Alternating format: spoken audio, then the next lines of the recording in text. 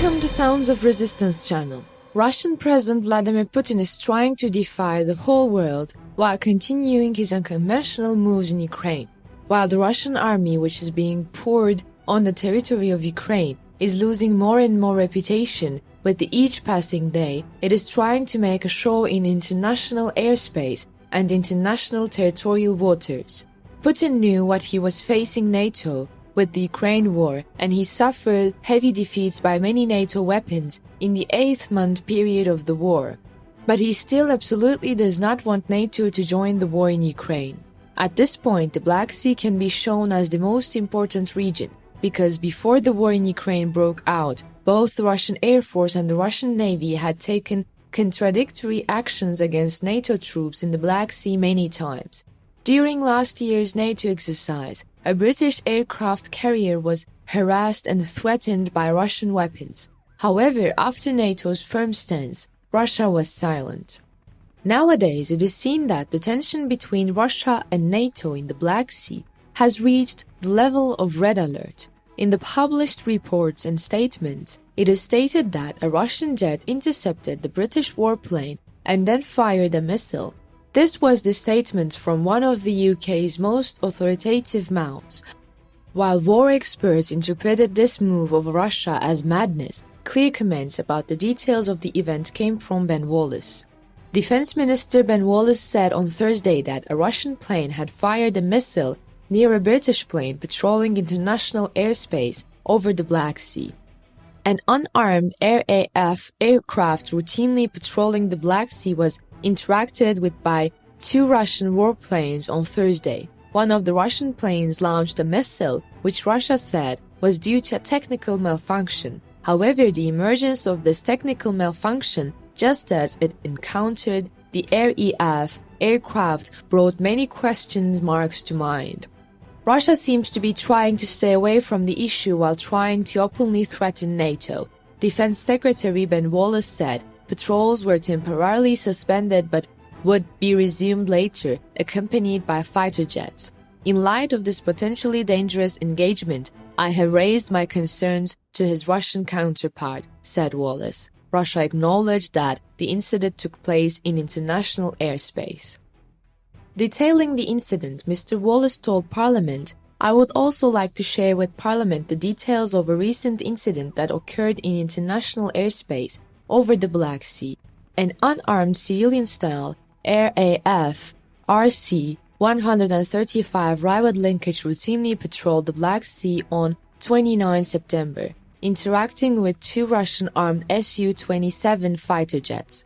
Aircraft shadowing is not unusual, and it is no different today. However, during this interaction, it was revealed that one of the Su-27 aircraft launched a missile beyond sight near the RAF rivet link. The total duration of the interaction between the rivet connection and the rivet link was approximately 90 minutes. The patrol was completed and the aircraft returned to the base."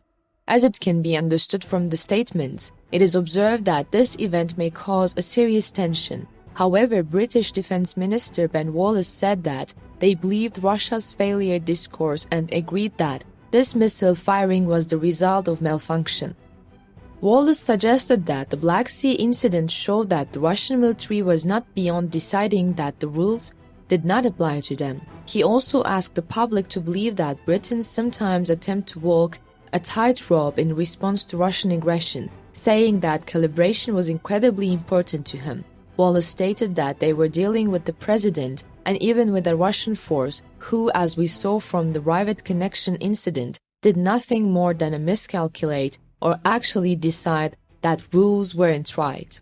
He added that Russia acknowledged that the incident took place in international airspace and that patrols resumed. The British aircraft were escorted by a fighter jet escort. Wallace visited Washington earlier this week, sparking speculation as to whether a specific threat or piece of intelligence triggered the trip. Ukraine's retake of territory in eastern Ukraine caused Vladimir Putin to order a partial Russian mobilization and also stepped up nuclear rhetoric. Russia describes its actions in Ukraine as a special military operation. Wallace reiterated that if Russia uses nuclear weapons in Ukraine, there will be serious consequences, adding that he discussed Ukraine's achievements on the battlefield and Russia's possible reaction to the success during this trip. Beyond these events, everyone has growing fears that Russian President Vladimir Putin may be about to detonate a nuclear weapon in the Black Sea as a show of strength. It came when Defense Secretary Ben Wallace cancelled his testimony to lawmakers as soon as possible to travel to U.S. Capitol to meet with his American counterparts for crisis talks. U.S. President Joe Biden has claimed that the world today is closer to nuclear war than it has been since the Cuban Missile Crisis in 1962. Analysts fear that Putin could use a nuclear explosion as a warning shot to NATO not to get directly involved in the conflict. Armed Forces Secretary James Happe on Monday had to admit that ministers and officials had to discuss the possibility of a nuclear explosion. As Ukrainian troops continue to dominate in the ongoing conflict, the likelihood of Moscow launching a nuclear strike may increase. Western officials have warned that Putin and his generals are becoming increasingly desperate amid continued battlefield casualties and significant failures of the military leadership. Last month, the Russian president said the Kremlin is willing to use nuclear weapons to defend its territorial integrity. At this point, it may be the stage that will drag the world into disaster. Because Vladimir Putin is making his last moves. However, it seems that these moves have not been successful in Ukraine. His military mobilization move, his declaration of annexation of critical areas in Ukraine, or the declaration of martial law in these regions could not stop the attacks of the Ukrainian armed forces. Putin attacked many city centers including Kiev with cruise missiles and drones. He thought that these attacks would slow down or even stop Kiev. However, this did not happen.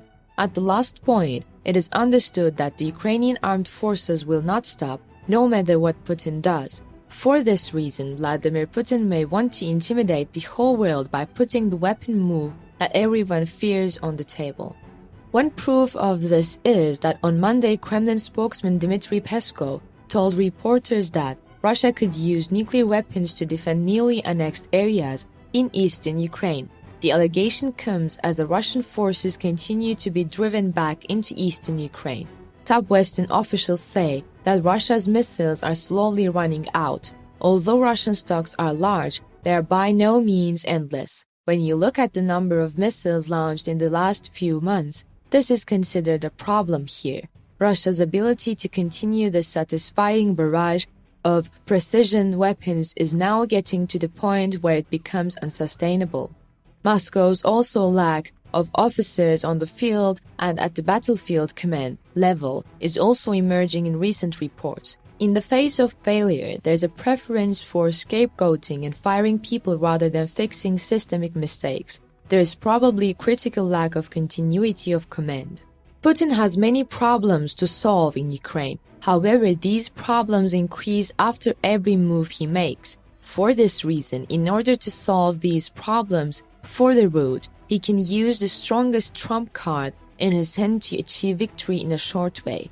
Even if we don't think Putin is that crazy right now, as the course of the war changes, Putin sees himself under greater threat. As a result, everyone knows that the cornered lion tries to hit it with its strongest blow.